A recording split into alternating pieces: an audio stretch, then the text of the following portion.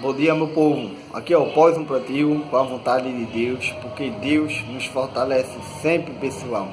Hoje o vídeo é rápido, gente. Eu vou estar mostrando aí o meu pé de amora, feito por Estaquia, como está o desenvolvimento na minha casa em Recife. Atualmente eu moro em Camaragibe, mas eu tenho lá o meu terreno lá, minha casa lá, onde minha mãe reside.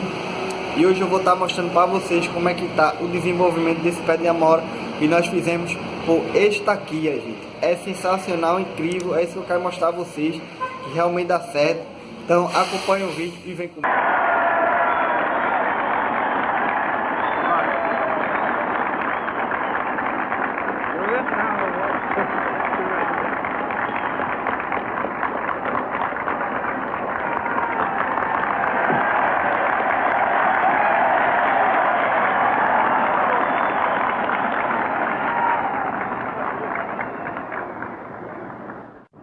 Vice President Johnson, Mr. Speaker, Mr. Chief Justice, President Eisenhower, Vice President Nixon, President Truman, Reverend clergy, fellow citizens.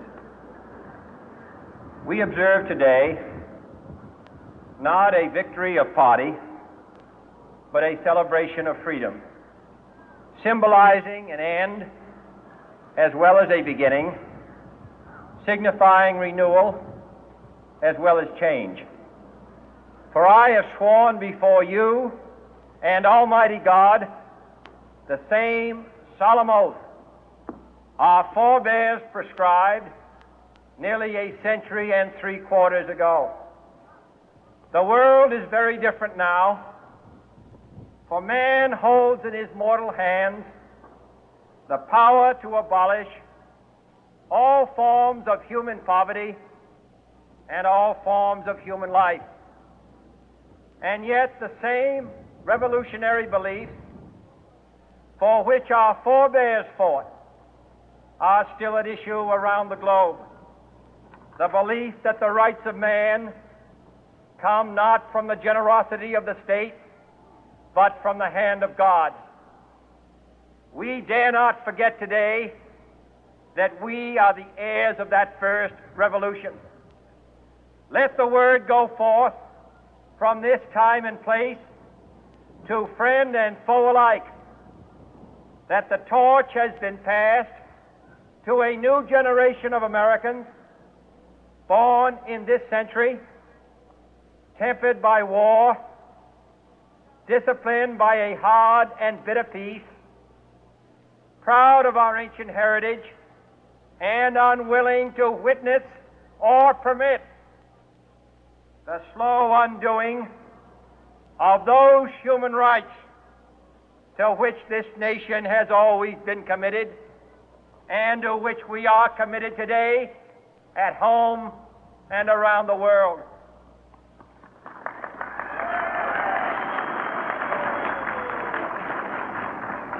Let every nation know, whether it wishes us well or ill, that we shall pay any price, bear any burden, meet any hardship, support any friend, oppose any foe to assure the survival and the success of liberty.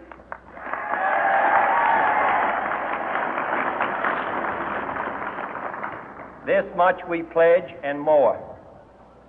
To those old allies whose cultural and spiritual origins we share, we pledge the loyalty of faithful friends. United, there is little we cannot do in a host of cooperative ventures. Divided, there is little we can do, for we dare not meet a powerful challenge at odds and split asunder. To those new states whom we welcome to the ranks of the free, we pledge our word that one form of colonial control shall not have passed away, merely to be replaced by a far more iron tyranny.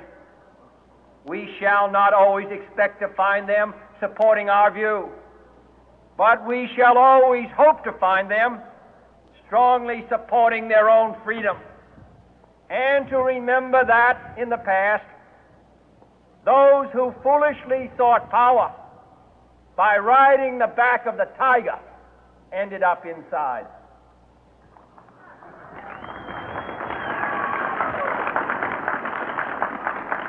To those people in the huts and villages of half the globe struggling to break the bonds of mass misery, we pledge our best efforts to help them help themselves for whatever period is required, not because the communists may be doing it, not because we seek their votes, but because it is right. If a free society cannot help the many who are poor, it cannot save the few who are rich.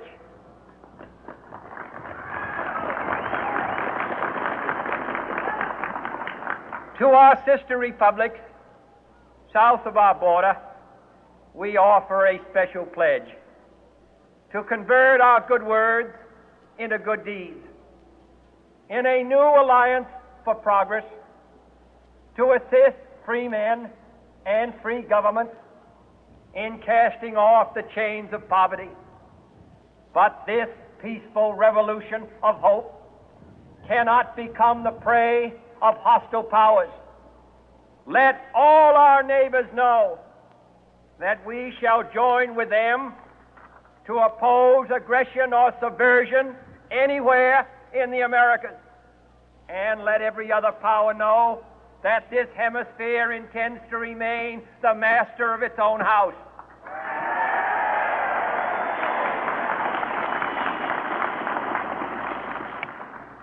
To that World Assembly of Sovereign States, the United Nations, our last best hope, in an age where the instruments of war have far outpaced the instruments of peace, we renew our pledge of support to prevent it from becoming merely a forum for invective, to strengthen its shield of the new and the weak, and to enlarge the area in which its writ may run.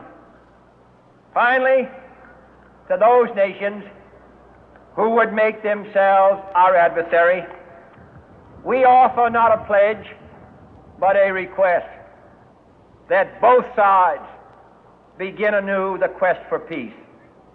Before the dark powers of destruction, unleashed by science, engulf all humanity in planned or accidental self-destruction, we dare not tempt them with weakness, for only when our arms are sufficient beyond doubt can we be certain beyond doubt that they will never be employed.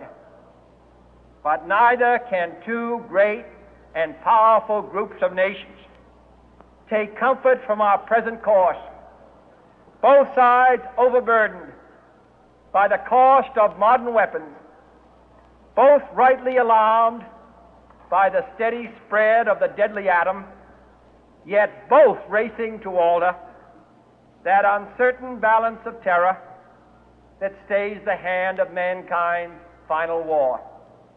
So let us begin anew, remembering on both sides that civility is not a sign of weakness, and sincerity is always subject to proof. Let us never negotiate out of fear, but let us never fear to negotiate.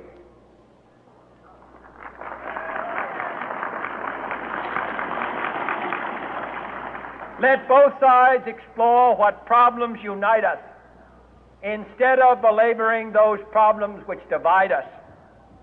Let both sides, for the first time, formulate serious and precise proposals for the inspection and control of arms, and bring the absolute power to destroy other nations under the absolute control of all nations.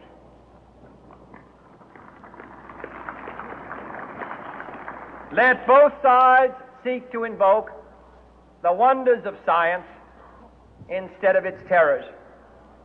Together let us explore the stars, conquer the deserts, eradicate disease, tap the ocean depth, and encourage the arts and commerce. Let both sides unite to heed in all corners of the earth the command of Isaiah to undo the heavy burden and let the oppressed go free. And if a beachhead of cooperation may push back the jungle of suspicion, let both sides join in creating a new endeavor, not a new balance of power, but a new world of law, where the strong are just and the weak secure and the peace preserved. All this will not be finished in the first 100 days, nor will it be finished in the first 1,000 days.